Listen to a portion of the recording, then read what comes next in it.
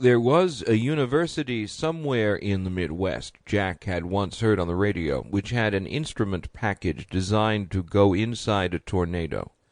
Each spring, graduate students and a professor or two staked out a likely swath of land, and on spotting a tornado tried to set the instrument package, called Toto, what else, directly in the path of the onrushing storm. So far they had been unsuccessful. Perhaps they'd just picked the wrong place, Ryan thought, looking out the window to the leafless trees in Lafayette Park. The office of the President's National Security Advisor was surely cyclonic enough for anyone's taste, and unfortunately much easier for people to enter. "You know," Ryan said, leaning back in his chair, "it was supposed to be a lot simpler than this, and I thought it would be," he didn't add. "The world had rules before," Scott Adler pointed out. "Now it doesn't." "How's the president been doing, Scott?" "You really want the truth?" Adler asked, meaning we're in the White House, remember, and wondering if there really were tape machines covering this room.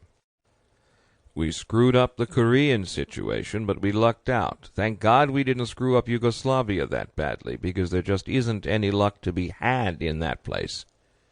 We haven't been handling Russia very well. The whole continent of Africa's a dog's breakfast. About the only thing we've done right lately was the trade treaty." "And that doesn't include Japan and China," Ryan finished for him. "Hey, you and I fixed the Middle East, remember? That's working out fairly nicely." "Hottest spot right now?" Ryan didn't want praise for that. The success had developed some very adverse consequences and was the prime reason he'd left government service.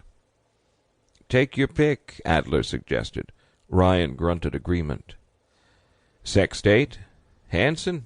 "Politician," replied the career Foreign Service officer.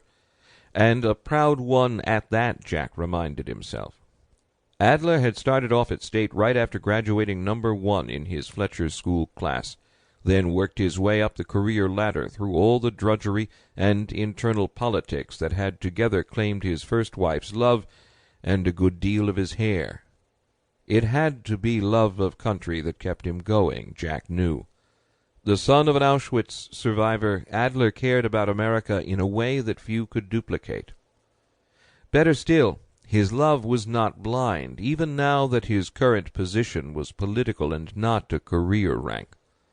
Like Ryan, he served at the pleasure of the president, and still he'd had the character to answer Jack's questions honestly. "Worse than that," Ryan went on for him. "He's a lawyer. They always get in the way."